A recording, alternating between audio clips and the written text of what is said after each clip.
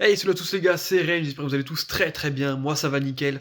On se retrouve aujourd'hui pour une nouvelle vidéo sur un film d'horreur que j'ai découvert hier au moment où je vous fais cette vidéo. Il est sorti le 6 novembre cette année ici en France au cinéma. Il a fait beaucoup parler de lui mine de rien. Et c'est un film d'horreur, body horror qui s'appelle The Substance et on va en parler tout de suite. C'est un film d'une réalisatrice française qui s'appelle Coralie Farja, ou Farjat, désolé pour la prononciation. Cette œuvre va durer 2h20 et c'est un film d'horreur, science-fiction, body horror. Il coche un peu toutes les cases et il est même dans la catégorie gore parce que pour le coup, on atteint quasiment ce niveau-là, enfin carrément même ce niveau-là sur une grosse partie du film vers la fin. Franchement, toutes ces cases-là sont cochées.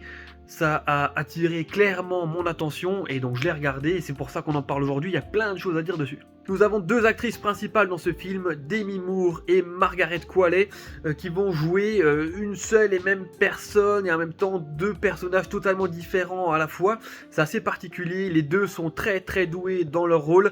Demi Moore comme une personnage qui recherche une deuxième jeunesse, qui est vraiment impressionnante je trouve en fait dans sa prestation au niveau de voilà d'une grande star qui a évolué un peu en fait, qui se reflète presque elle-même, hein, voilà, qui a évolué dans les années 80-90 et qui commence à être un petit peu dépassée par la nouvelle génération. Et du coup, notre Margaret Qualley qui va représenter justement cette nouvelle génération avec une nouvelle icône du cinéma, de la télé, etc. Avec les nouveaux codes de beauté. Donc en fait tout ça, les deux personnages sont très bien représentés par les deux actrices qui ont été choisies ici au casting. Nous avons aussi Dennis Quaid qui est là comme un producteur de télé, un beau petit enfoiré, mais franchement il le joue bien aussi. Il est souvent filmé de façon totalement odieuse et totalement crade, hein, même des fois. Mais franchement, ce sont les trois personnages principaux de cette histoire-là. C'est les seuls globalement qu'on va retenir, mais ils sont terriblement efficaces. Alors voilà, je vous ai un petit peu teasé de quoi ça parlait. Effectivement, on va suivre du coup Elizabeth Sparkle, donc le personnage de Demi Moore, qui était une star montante dans les années 80-90 à la télé, sur son show de fitness, voilà, un truc dans le genre. Et elle est totalement dépassée par sa nouvelle génération, puisque son producteur a décidé de la foutre dehors pour trouver quelqu'un de beaucoup plus jeune et de plus sexy qu'elle. Donc elle est totalement déprimée.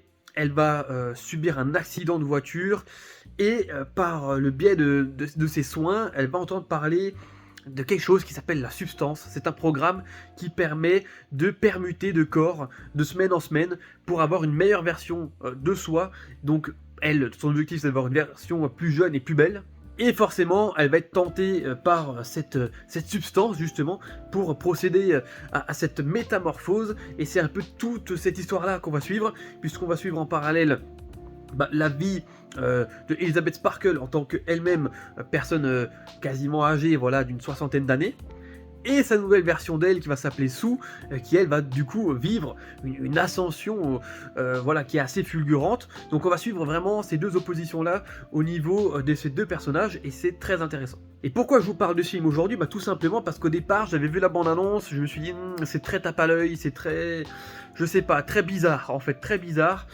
Et malgré tout, ça a attisé ma curiosité, j'ai quand même regardé, j'avais un peu peur au niveau du timer aussi, parce que 2h20 sur un film d'horreur science-fiction un peu comme ça peut être très long, et pour le coup je me suis jamais ennuyé dans le film. C'est passé très vite, il y a des images qui sont assez envoûtantes, il y a plein de références à des films d'horreur que l'on connaît, Shining, La Mouche. On a pas mal de trucs, on a même, j'ai cette sensation dans certaines images de quand on la voit allongée dans la douche comme ça, de voir le même plan que dans Psychose par exemple.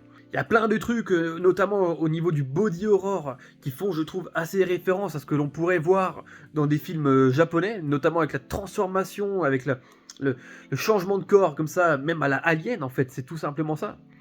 Donc en fait, il y a énormément de références dans le film et qui font extrêmement plaisir parce qu'elles sont globalement toutes très bien utilisées. Comme je vous le disais au niveau du casting, c'est très solide, franchement c'est convaincant du début à la fin, même quand Demi Moore elle commence à péter un câble, parce qu'à un moment elle pète un câble dans le film, on voit une scène qui est juste uniquement culinaire mais qui est totalement gore dans le culinaire, c'est assez bizarre de dire ça mais c'est crade, c'est écœurant quand tu regardes, et elle joue une prestation d'une vieille folle comme ça, franchement très doué, donc c'est top là-dessus. On a aussi une musique un petit peu étrange, et qui m'a fait, alors pareil, alors c'est peut-être moi qui cherche des références à tout et n'importe quoi, mais qui m'a fait penser de temps en temps aux effets sonores un peu que l'on aurait pu avoir dans Possessor par exemple. Donc en fait c'est une multitude de petites scènes, de petites refs, de mise en scène, de réalisation qui m'ont fait kiffer le film pour arriver finalement à un grand final qui est, alors là, moi qui m'a totalement surpris parce que je ne m'y attendais pas à un tel niveau de dinguerie en fait dans le final. Puisque dans le final on a tout, hein, on a du gore, de la transformation physique monstrueuse, hein, monstrueuse. On a des litres et des litres de sang qui explosent dans tous les sens, on a des corps qui explosent, on a des têtes qui pètent, on a des trucs... En fait, on passe d'une histoire un peu science-fiction, avec dédoublement de la personnalité, à quelque chose de totalement japonais. C'est clairement japonais, ça. Le final, il est... dans l'exagération en non-stop, que ce soit dans le gore, dans les maquillages, dans les prothèses, dans ce que l'on voit, dans la monstruosité que l'on met à l'écran. Tout ça, moi, je m'y attendais franchement pas du tout. Et ça m'a agréablement surpris, j'étais très content de voir ça au final. Le final, il a carrément un côté un petit peu fun, on a presque envie d'en voir plus parce que c'est totalement délirant.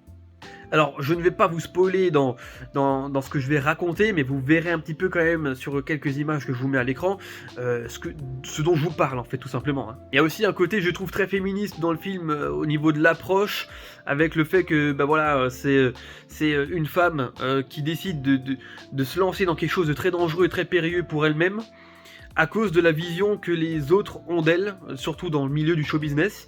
Et je trouve que ça a été pour le coup, en termes de film entre guillemets féministe, super bien apporté, c'est bien fait, c'est pas imbuvable comme ce qu'on a pu voir sur d'autres films par exemple. Je trouve que là c'est un film qui est très maîtrisé dans tous les points, hein, du coup même les effets spéciaux franchement sont super forts. Moi je pense, alors vous l'avez vu certainement dans la bande-annonce si vous avez vu la bande-annonce, aux effets spéciaux au niveau des yeux, quand il y a plusieurs pupilles qui commencent à venir, des iris qui changent de couleur, etc., etc. Je trouve que ça, surtout que c'est en gros plan comme ça, c'est ultra bien fait. Pour le coup, c'est super convaincant. Pareil, ce que l'on voit dans la bande-annonce, quand la colonne vertébrale commence à s'ouvrir comme ça au niveau de la peau, pareil, c'est ultra convaincant, c'est bien fait, c'est gore, c'est crade. Et franchement, bah, du coup, tous ces points-là m'ont super convaincu, m'ont scotché à mon siège pendant 2h20, j'ai pas lâché jusqu'au bout, j'étais accroché, et puis on a le droit à un final qui est totalement dingue, et qui va jusqu'au-delà des limites que l'on aurait pu imaginer au niveau de ce film-là et de ce scénar. Donc c'est un film que je vous recommande chaudement si vous voulez voir un bon film d'horreur SF parlant voilà, de ce sous-genre du body horror. Parce que pour être totalement honnête, je n'attendais rien de ce film et pour le coup, bah, c'était une grosse claque, voilà. Donc pour cette fin d'année, on a été gâtés avec Terrifier 3 au niveau du pur gore slasher, avec un Art le Clown excellent. Et là on a vraiment un film totalement différent, mais qui rejoint aussi le côté film d'horreur, gore, avec des personnages qui sont excellents et complètement monstrueux. Donc franchement, là, je trouve que pour cette fin d'année-là, avec ces deux films-là, on a eu de très très bons films d'horreur. Et c'est fou de le dire, mais je pense actuellement, avec tous les films que j'ai vus cette année, sortis cette année, hein, ils sont certainement dans le top 10, les deux, hein, dans le top 10 des meilleurs films que j'ai pu voir cette année, et ils sont pas dixièmes, ça c'est clair. Voilà, j'espère que cette petite vidéo sans spoiler sur The Substance vous a plu et vous donnera envie de le découvrir, parce que franchement, ne passez pas à côté, vous qui comme moi êtes fan de l'horreur. Dites-moi dans les commentaires ce que vous en avez pensé si vous avez vu le film. Et pour le coup, en attendant, je vous souhaite à tous un très bon visionnage, bonne journée, très bonne soirée, et à très vite, c'était Rain, portez-vous bien. Allez, ciao ciao tout le monde.